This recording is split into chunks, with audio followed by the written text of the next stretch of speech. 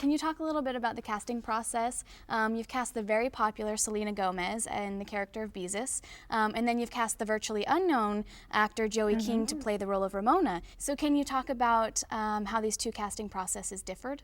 We were looking for Beezus first because we felt like, having someone that had a little bit of a following was going to be important in order to, entice young audiences to see the movie.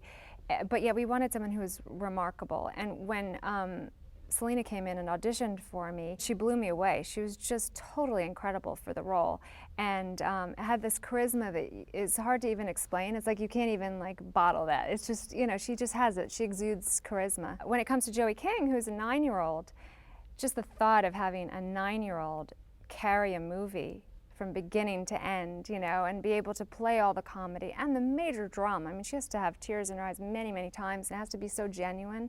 And you have to care about this girl in order to care about the movie.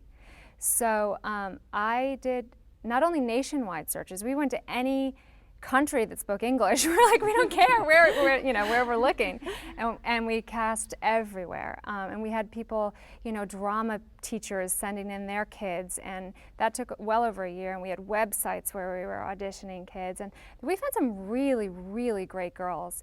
And then what happened was, Tom Rothman, who runs the studio, we had kind of narrowed it down, and he said, no, I really feel like you need to do a screen test on film with your top contenders, because if this person's going to carry the movie, they've got to radiate on the screen. People are different on film than they are in person, and we cast the person we didn't even expect, because she just played so great on the big screen. And so that is Joey. I mean, she made us laugh from beginning to end. She actually tripped over her boots at one point, so she just kicked them off in the middle of the screen test, and we're like, okay. She was Ramona from beginning, from start to finish. I'm a directing student, and I hope to direct films for children someday. What kind of advice can you offer about directing young actors? I think the best thing to know about working with kids, is to cast, appropriately, someone that can really, who embodies that character. But to also play, to always make it fun, because especially at that age, but in general, I firmly believe that acting is reacting, You're not performing, you're reacting to what's in front of you and the stimulus in front of you and the lines that are given to you, and to do that honestly.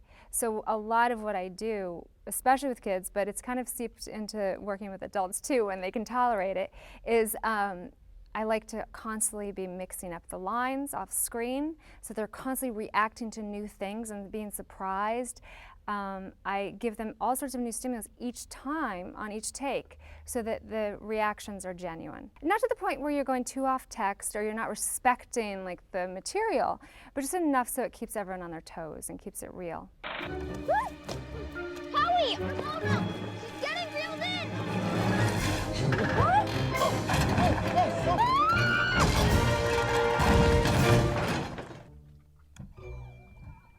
So you have a number of physical comedy bits in this film. Can you talk a little bit about how you prepared yourself and your actors for these moments? Oh, well, especially Joey, who plays Ramona, she's a very sensitive girl. She wears her nerves on her fingertips, that's why she's so good.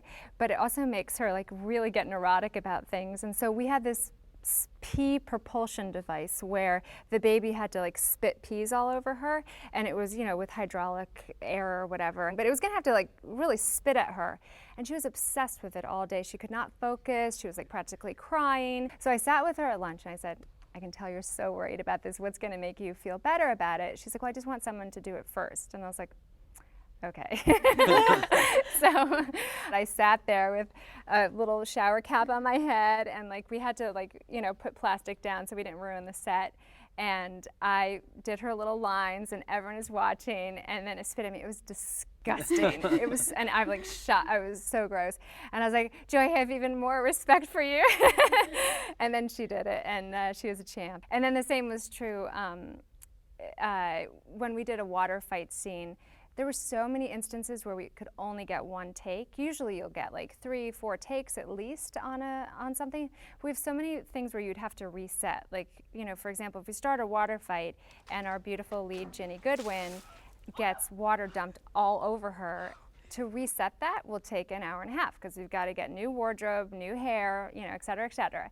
So Josh Duhamel had to throw a huge, you know, bucket of water at her to start the water fight off.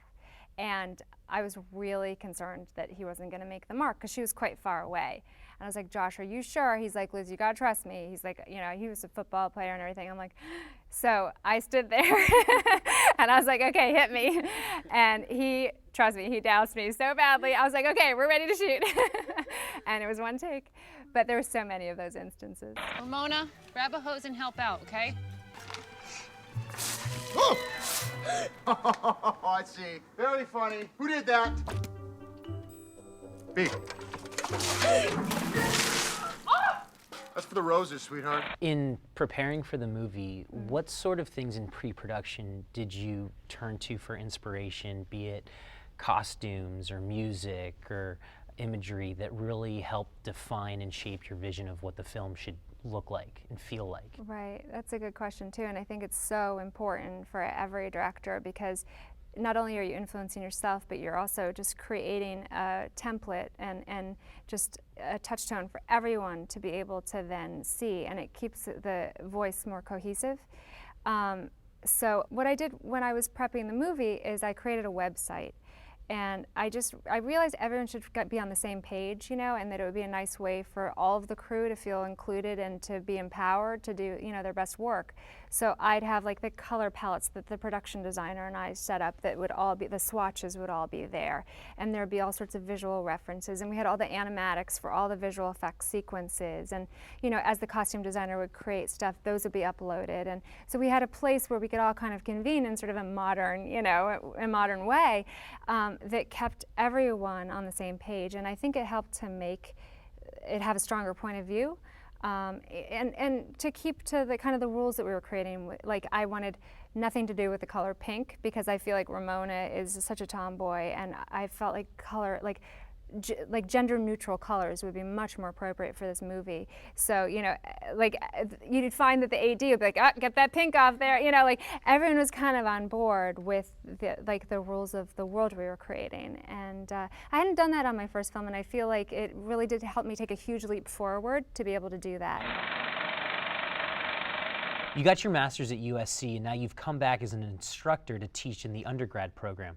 What's that experience like? I teach when I can at USC. Partially I just like to be involved in the school because I have such good feelings towards the school. And you know, also I think it's a fun way to encourage, you know, young filmmakers to find their voices. And there's a selfish part of it too, because it helps me get rejuvenated. It helps me keep in touch with like the new hip things, and I feel like it's fun to, you know, lend a helping hand and to help people, you know, get a foothold in the film industry. Elizabeth, thank you so much for coming and talking to us today. We have one final question. Okay. We're still students and we're still learning. What is the one biggest lesson that you've learned from your career, as well as Ramona and Beezus, that we can learn from today? The biggest thing that I've learned that is kind of an edict for me that I live by is that I've made friends with failure. And by that I mean that you have to be so bullish in this industry, and you have to put yourself up for so many things, and every day you're taking risks, whether it be offering some actor a part or trying to get a job that you really don't think you have a shot at, or, you know, getting a bad review or whatever it is. Every day you're failing. And if you think of that as, if I weren't taking big risks and being ballsy, I wouldn't be failing. So that I'm proud of myself. I teach, when I'm at USC, I kind of challenge every student to have 10 big failures over the course of the semester. And I want them to go up for every scholarship and every, you know, thing that they think they can't get, and ask out their dream date or whatever it is. And I want them to come in and celebrate each one of those failures, and it will all clap for you. And I've heard from my students that they really accomplished more in that semester than ever. And I think that that's probably the most important thing. Life's too short not to kind of try and even celebrate and enjoy in your failures. Thank you again so much for coming. Really Thank do you. appreciate it. Thank you.